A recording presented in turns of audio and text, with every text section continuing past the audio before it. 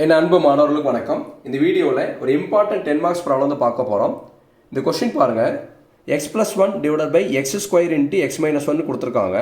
கொடுத்தக்கூடிய கொஸ்டினை பார்ஷியல் ஃப்ராக்ஷனில் வந்து எழுத சொல்கிறாங்க. சரிங்களா?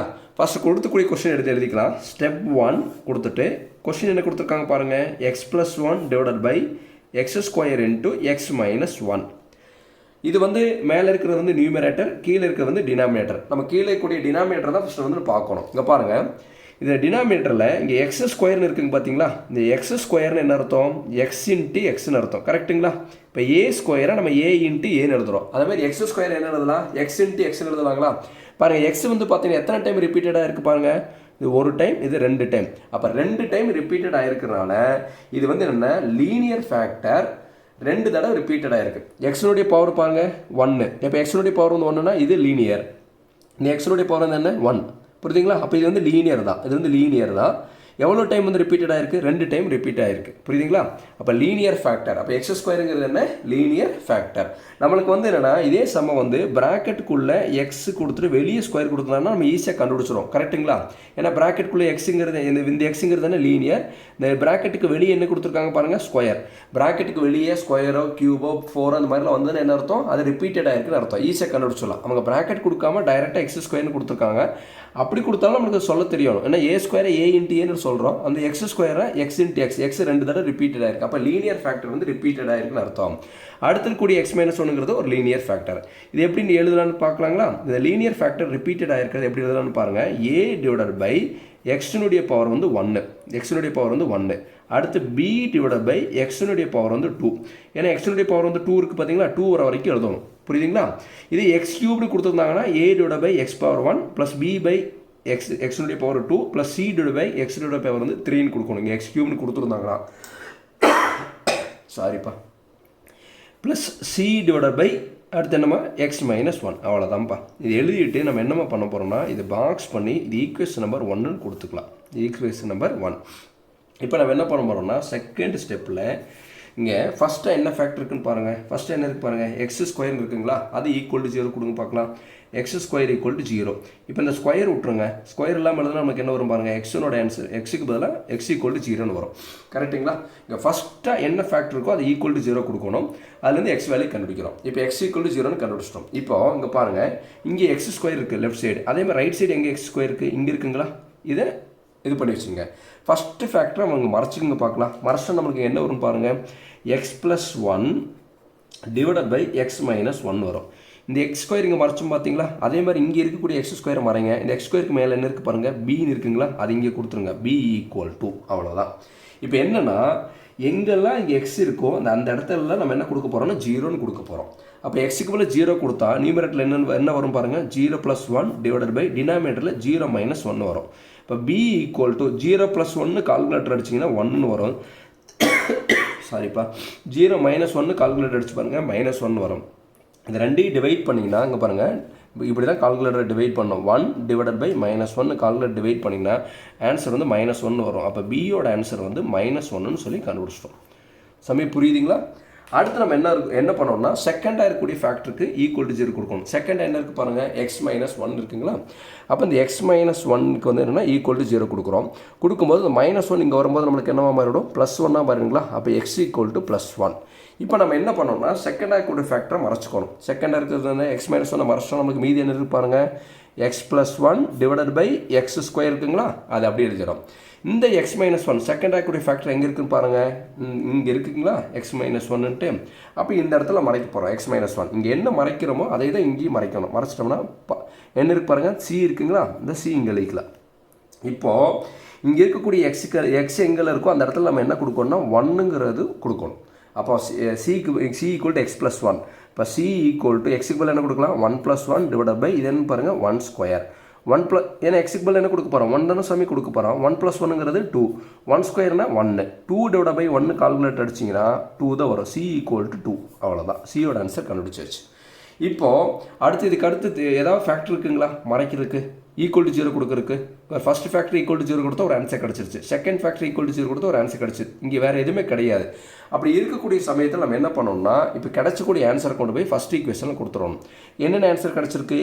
பிங்கிற ஆன்சர் கிடச்சிருக்கு. Substitute b equal to -1. அடுத்து பாருங்கள் c ஈக்குவல் டு 2 கொண்டு போய் எங்கே கொடுக்க போகிறோம்னா ஃபஸ்ட் ஈக்குவேஷனில் கொடுக்க போகிறோம். இப்போ ஃபஸ்ட் ஈக்குவேஷனில் கொடுக்கும்போது நமக்கு என்ன ஆகுன்னு பாருங்கள்.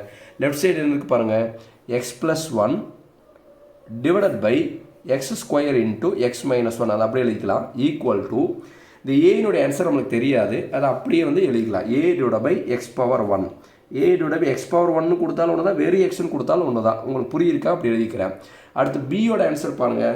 பியோட ஆன்சர் என்ன கிடச்சிருக்கு? பியோட ஆன்சர் வந்து -1 கிடச்சிருக்கு. இப்போ பிக்கு பதிலாக -1 டிவைட் பை x². அடுத்து பாருங்கள் சியோட ஆன்சர் என்ன கிடச்சிருக்கு? 2ன்னு கிடச்சிருக்குங்களா? இந்த சிக்கு பதிலாக 2 கொடுக்க போகிறோம். அப்போ சிக்கு பதிலாக 2 டிவைட் பை x-1 எழுதியாச்சு. இப்போது நம்மளுடைய இது என்னென்னா 3 கான்ஸ்டன்ட் இருக்குது. ஏபிசிங்கிற 3 கான்ஸ்டன்ட். இதில் வந்து 2 கான்ஸ்டன்ட் வேல்யூ தான் கண்டுபிடிச்சிருக்கோம், பி அண்டு சி. இந்த ஏங்கிற கான்ஸ்டன்ட் வேல்யூ கண்டுபிடிச்சி இங்கே ஏக்கு பதில் கொடுத்துட்டோம்னா தான் இந்த ப்ராப்ளம் வந்து ஃபுல்லாக சால்வ் ஆகிடுச்சுன்னு அர்த்தம். இப்போ நம்ம என்ன பண்ணலாம்னா இதுக்கு வந்து ஈக்குவேஷன் நம்பர் 2ன்னு சொல்லி ஒரு பேர் கொடுத்துக்கலாம். இப்போ நல்லா கவனிங்க. இப்போ ஃபஸ்ட் ஃபேக்டர் ஈக்குவல் டு 0 கொடுத்து ஒரு ஆன்சர் கண்டுபிடிச்சிட்டோம். செகண்ட் ஃபேக்டர் ஈக்குவல் டு 0 கொடுத்து ஒரு ஆன்சர் கண்டுபிடிச்சிட்டோம். இப்போ நம்ம இந்த மூணாவதாக இன்னொரு கான்ஸ்டன்ட் கண்டுபிடிக்க வேண்டிய சுச்சுவேஷன் வரும்போது என்ன பண்ணணும்னா, ஆல்ரெடி இங்கே யூஸ் பண்ணக்கூடிய எக்ஸோட வேல்யூயை மட்டும் நம்ம திருப்பி யூஸ் பண்ணக்கூடாது. இங்கே பாருங்கள் எக்ஸுக்கு பதிலாக ஃபார் எக்ஸாம்பிள் எழுதுகிறேன் 0 1 2 3 4 இந்த மாதிரி எந்த நம்பர் வேணாலும் பாசிட்டிவில் யூஸ் பண்ணிக்கலாம். அதே மாதிரி நெகட்டிவில் -1 -2 -3 -4 இந்த மாதிரி எந்த நம்பர் வேணாலும் நம்ம யூஸ் பண்ணிக்கலாம்.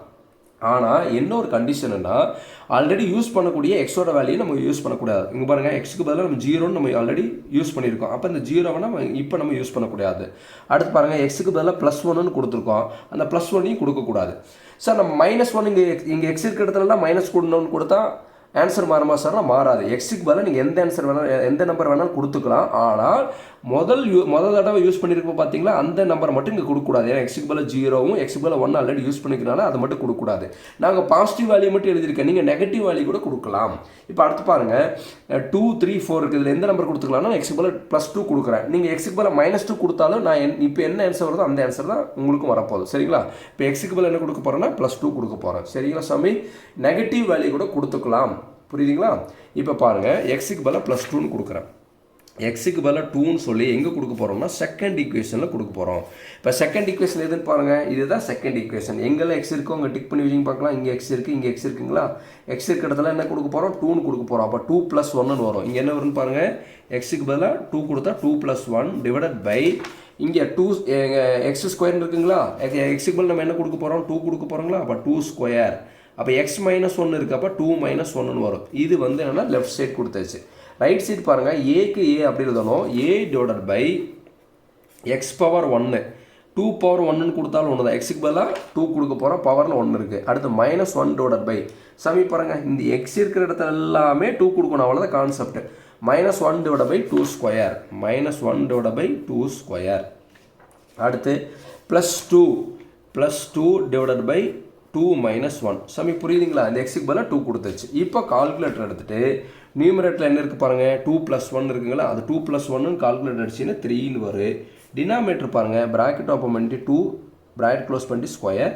அடுத்து ப்ராக்கெட் ஓப்பன் பண்ணி 2 - 1 ப்ராக்கெட் க்ளோஸ் பண்ணிவிட்டு இப்போ ஈக்குவல் டு அமுத்தினா ஆன்சர் பாருங்கள் 4 வருதுங்களா? அப்போ 3/4 அப்படி வச்சுங்க. a டிவைட் பை 2 ஆன்சர் என்ன? 2 தான். புரியுதுங்களா? 2 அமுத்தி பவருக்கு இந்த பட்டன் அமுத்தி 1 அமுத்தி ஈக்குவல் டு அமுத்தினா ஆன்சர் பாருங்கள் 2 தான் வரும். அடுத்து -1 டிவைட் பை 2². 2 அமுத்தி ஸ்கொயருக்கு இந்த பட்டன் அமுத்துங்க பாருங்கள் 4 -1/4 ப்ளஸ் நியூமரேட்டரில் 2 அப்படி வச்சுங்க. 2 - 1 கால்குலேட்டர் வச்சுன்னா ஆன்சர் என்ன வரும்? 1 வருங்களா? 2 - 1 என்ன அர்த்தம்? 1. அதை அப்படி வச்சுக்கலாம். இப்போ நம்ம என்ன பண்ணோம்னா நம்மளுக்கு தேவை ஏனுடைய மதிப்பு தான் வேணும். கரெக்டுங்களா? அதை ரவுண்ட் பண்ணி வச்சுட்டு இப்போ பாருங்கள் இந்த -1/4 வந்து நம்மளுக்கு இங்கே வரும்போது +1/4 மாறும். இப்போ இந்த 3/4 அப்படியே எழுதிக்குங்க. 3/4 அப்படியே எழுதிக்குங்க. இந்த -1/4 இங்கே வரும்போது என்னவா மாறும்? +1/4 மாறும். அடுத்து பாருங்கள் இந்த +2/1 இருக்குது பார்த்தீங்களா? இந்த +2/1 இங்கே வரும்போது நம்மளுக்கு என்னவா மாறும்னா -2/1 மாறும். ப்ளஸ் இருந்தால் மைனஸாக மாறும், மைனஸ் இருந்தால் நம்மளுக்கு என்னவா மாறும்னா ப்ளஸ்ஸாக மாறும். இப்போ ஈக்குவல் டு நம்மளுக்கு என்ன இருக்குது பாருங்கள் a/2. இப்போ இதை நம்ம கால்குலேட்டரை சால்வ் பண்ணுறதுனால நம்ம என்ன பண்ணலாம்னா இந்த ஃப்ராக்ஷனாக இருக்கிறதுக்கு எல்லாமே ப்ராக்கெட் ஓப்பன் பண்ணி க்ளோஸ் பண்ணிடணும். அப்போ தான் கால்குலேட்டர் கரெக்டான ஆன்சர் வரும். இப்போ என்ன பண்ணணும்னு பாருங்கள். இது அப்படியே டைப் பண்ணுங்க பார்க்கலாம். கால்குலேட்டரில் இங்கேருந்து இது வரைக்கும் என்ன எழுதியிருக்கணும் அது அப்படியே கால்குலேட்டர் டைப் பண்ணுங்க பார்க்கலாம். ப்ராக்கெட் ஓப்பன் பண்ணுங்கள். 3 டிவைட் பை 4 ப்ராக்கெட் க்ளோஸ் பண்ணுங்கள். ப்ளஸ் ப்ராக்கெட் ஓப்பன் பண்ணி 1 டிவைட் பை 4 ப்ராக்கெட் க்ளோஸ் பண்ணுங்கள். மைனஸ் ப்ராக்கெட் ஓப்பன் பண்ணி 2 டிவைட் பை 1 ப்ராக்கெட் க்ளோஸ் பண்ணிட்டு இப்போ ஈக்குவல் அமுத்தினீங்கன்னா ஆன்சர் என்னது பாருங்கள் -1 வருது. -1 ஈக்குவல் டு a/2. சமி புரியுதுங்களா? இது எல்லாத்தையும் சால்வ் பண்ணால் நம்மளுக்கு ஆன்சர்னு வருது -1 வருது. -1 ஈக்குவல் டு a/2. நம்மளுக்கு தேவை ஏனுடைய மதிப்பு தான் வேணும், கரெக்டுங்களா? அப்போ இந்த 2 வந்து கிராஸ் பண்ணிக்கலாங்களா? 2 கிராஸ் பண்ணிக்கலாமா? அப்போ -1 × 2 வருமா? -1 இன்ட்டு டிவைட் பண்ணியிருக்கிற 2 வந்து இங்கே போகும்போது என்ன ஆகும்? மல்டிப்ளையாக மாறும். -1 × 2 ஈக்குவல் டு ஏன்னு வருங்களா? அப்போ ஏனுடைய மதிப்பு பாருங்கள் என்ன வரும்? ஏயோட ஆன்சர் வந்து -2 வருங்களா? அப்போ ஏக்கு பதிலாக -2 சொல்லி நம்ம கண்டுபிடிச்சோம். புரியுதுங்களா? ஏக்கு பதில் என்ன வரும்? -2 வருங்களா? இப்போ ஏ மதிப்பு கண்டுபிடிச்சிட்டோம். இப்போ சப்ஸ்டிடியூட் ஏ ஈக்குவல் டு -2 சொல்லி எங்கே கொடுக்க போகிறோம்னா செகண்ட் ஈக்குவேஷனில் கொடுக்க போகிறோம். செகண்ட் ஈக்குவேஷன் கொடுத்துட்டோம்னா நம்மளுக்கு வந்து ப்ராப்ளம் முடிஞ்சு. பாருங்கள் லெஃப்ட் சைடு என்ன இருக்குது பாருங்கள், x+1 / x² × x−1. அது அப்படி எழுதுங்க பார்க்கலாம். x+1 / அடுத்து என்ன இருக்குது பாருங்கள், x² × x−1, x² × x−1 அப்படி எழுதிட்டு ஈக்குவல் டு இந்த ஏ இருக்குது பார்த்தீங்களா? அந்த ஏக்கு பதிலாக ஆன்சர் நம்மளுக்கு என்ன கிடச்சிருக்கு பாருங்கள், -2 கிடச்சிருக்கு. அப்போ -2 / x⁻1.